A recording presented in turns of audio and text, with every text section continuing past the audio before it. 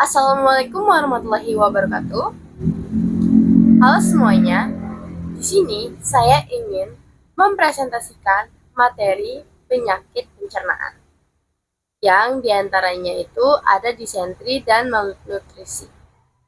Sebelum itu, persilahkan saya untuk memperkenalkan diri. Nama saya Abigail Josephine Manung.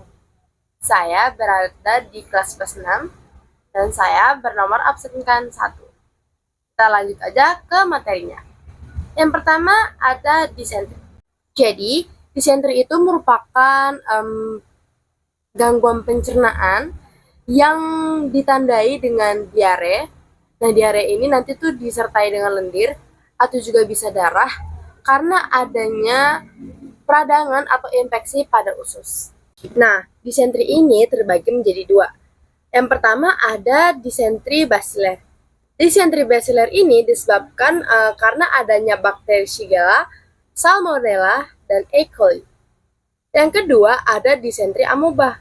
Disentri amoeba ini disebabkan oleh bakteri Entamoeba dan B. coli. Nah, di sini tuh ada beberapa faktor yang dapat meningkatkan risiko untuk terkenanya disentri. Yang pertama itu ada sanitasi yang buruk. Jadi kita tuh selain sanitasi buruk, misalnya tempat kita tidak memiliki sanitasi yang buruk, tetapi kita berpergian ke tempat yang memiliki sanitasi yang buruk, itu bisa membuat kita memiliki risiko terkena disentri tersebut. Yang kedua, ada kurangnya akses ke air bersih. Yang ketiga, selain air bersih, mungkin bisa juga karena pribadi kita dalam pola hidup kita juga itu tidak sehat dan tidak bersih. Nah, ada juga mungkin kita mengkonsumsi makanan atau minuman yang kurang baik gitu atau yang sudah terkontaminasi. Nah, di sini juga ada sejumlah faktor yang bisa meningkatkan resiko seseorang terkena disentri. Pertama juga ada balita. Balita ini yang berusia dari 2 sampai 4 tahun. Lalu yang kedua itu kita tinggal di daerah pemukiman yang penduduknya itu cukup padat. Yang ketiga itu melakukan seks anal. Ya, itu ada 3. Nah, sekarang kita akan masuk ke bagian cara mengobati disentri. Disentri ini kalau kita punya gejala ringan, biasanya tuh bakal pulih sendiri nih, meskipun kita nggak memiliki pengobatan khusus. Sementara itu, bagi pasien yang mungkin memiliki disentri yang cukup berat, itu akan melakukan perawatan. Nah, perawatannya itu ada apa sih? Yang pertama ini ada antibiotik. Antibiotik ini tuh dikasih yang bertujuannya itu untuk mengobati atau melawan bakteri penyebab disentri ini. Terus yang kedua, kita perlu memperbanyak minum air dan oralit. Pengobatan ini tuh gunanya untuk menggantikan cairan tubuh yang hilang karena diare. Dan yang terakhir itu ada pemberian cairan infus. Pasien disentri yang mengalami dehidrasi berat membutuhkan penanganan khusus tentunya. Nah, caranya itu apa? Caranya itu dokter memberikan cairan infus tersebut. Nah, tadi kita sudah membahas mengenai disentri dari apa itu disentri, terus faktor-faktor yang menyebabkan atau faktor yang menjadi pemicu kita mendapatkan penyakit disentri, dan juga cara pengobatannya. Nah, sekarang kita masuk ke penyakit malnutrisi.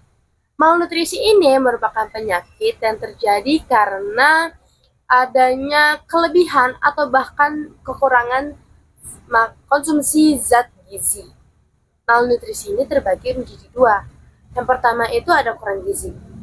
Nah, kurang gizi ini ya pastinya terjadi karena kita tidak mendapatkan protein yang cukup, tidak mendapatkan kalori, atau bahkan juga zat gizi mikro yang cukup.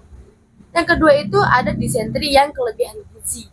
Nah, ini tuh kebalikannya dari kekurangan gizi. Di kelebihan gizi ini kita tuh terlalu banyak mengonsumsi zat-zat makanan, zat-zat gizi seperti contohnya tuh ada protein, kalori, lemak, dan lain sebagainya yang bisa menyebabkan malnutrisi.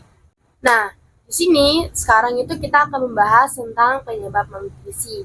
Yang pertama itu ada kerawanan pangan atau bisa dibilang kurangnya akses terhadap pangan dan yang cukup gitu, terhadap pangan yang cukup dan terjangkau. Maksudnya gimana sih? Mungkin maksudnya gini, pangan yang kita makan itu ternyata tidak mencukupi.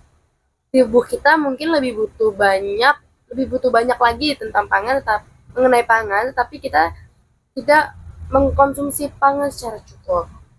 Nah, yang kedua ini ada masalah pencernaan dan masalah penyerapan nutrisi. Kemungkinan kita sudah makan nih, kita sudah mendapatkan nutrisi, atau kita sudah makan makanan yang memiliki nutrisi. Tetapi tubuh kita ini memiliki masalah di bagian penyerapan nutrisi. Maka dari itu juga bisa menjadi salah satu penyebab kita terkena penyakit malnutrisi. Yang ketiga itu ada Yang ketiga itu ada berlebihan mengkonsumsi alkohol.